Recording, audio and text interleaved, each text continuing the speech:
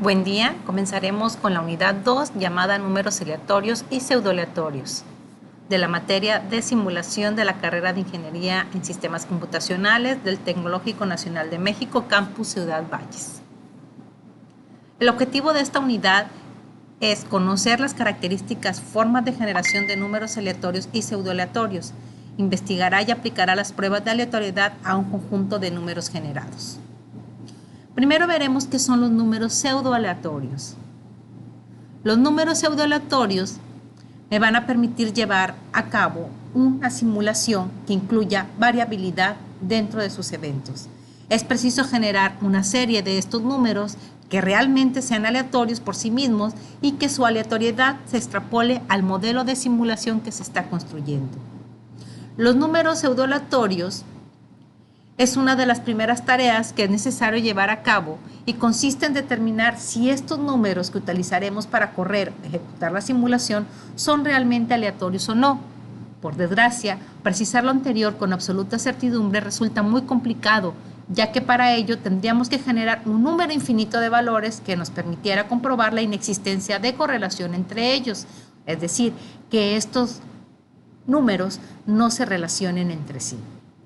Para ello sería muy costoso y tardado, volviendo impráctico el uso de la simulación aún con las computadoras más avanzadas.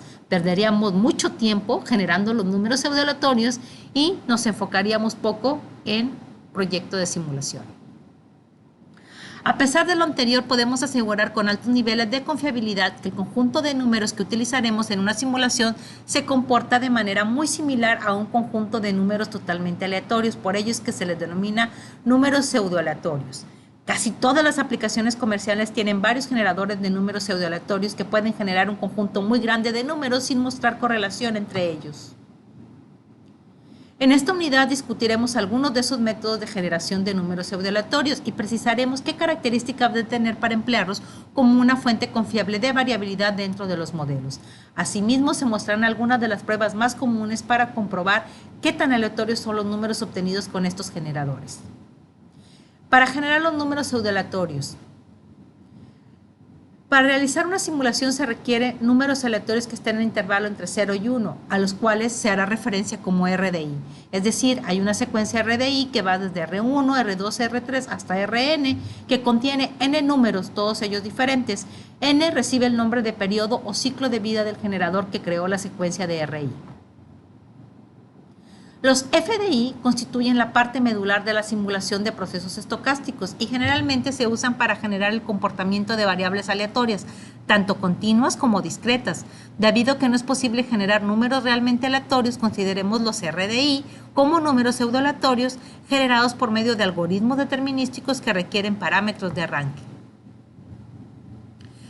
Para simular el comportamiento de una o más variables aleatorias es necesario contar con un conjunto suficientemente grande de RDI que permita, por ejemplo, que la secuencia tenga al menos un periodo de vida de n igual a 2 a la 31.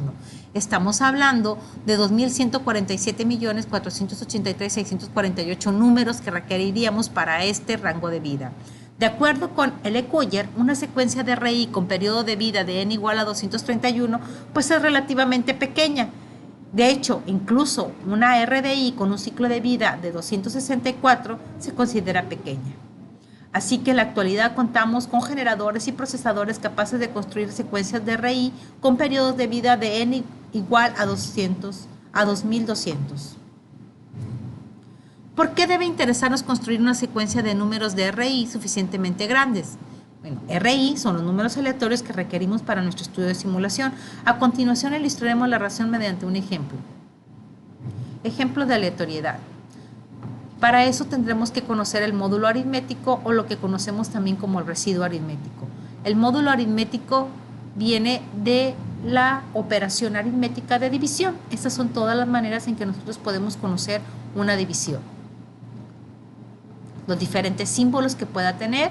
Entonces, estas divisiones podemos decir que es el cociente, el residuo, el dividendo, el divisor, y precisamente en esta operación, con la casita, encontramos que cada uno de ellos son los elementos que compone la división, dividendo, divisor, cociente, residuo o también conocido como módulo aritmético. Precisamente es el que vamos a utilizar nosotros para los generadores de variables aleatorias, la operación aritmética de módulo.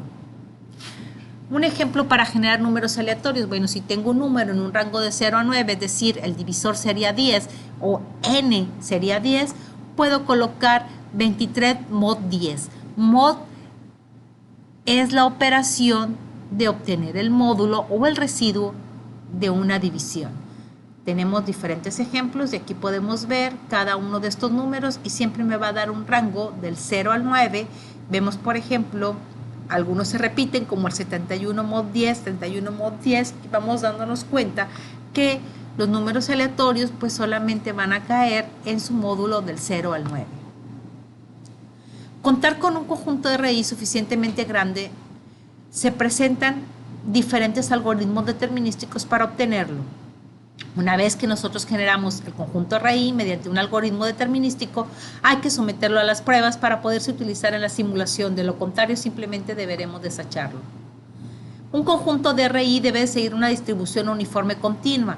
Quiere decir que la distribución f de R, si es 1, va a estar R entre 0 y 1 y 0 en cualquier otro valor. Generar un conjunto de RI es una tarea relativamente sencilla. Para ello el lector solo tiene que diseñar su propio algoritmo de generación o seguir alguno de estos que ya existen. Lo que resulta difícil es diseñar un algoritmo que genere realmente un conjunto de R con periodo de vida suficientemente grande.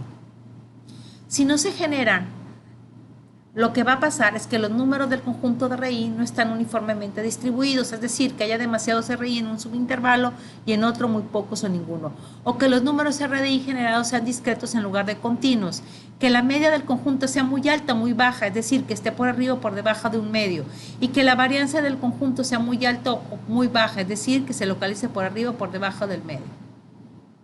En ocasiones también se presenta otro problema, anomalías con RDI seguidos por arriba o por debajo de la media, secuencias de RI por arriba de la media seguidas de secuencias por debajo de la media y viceversa, o varios RI seguidos en forma ascendente o descendente.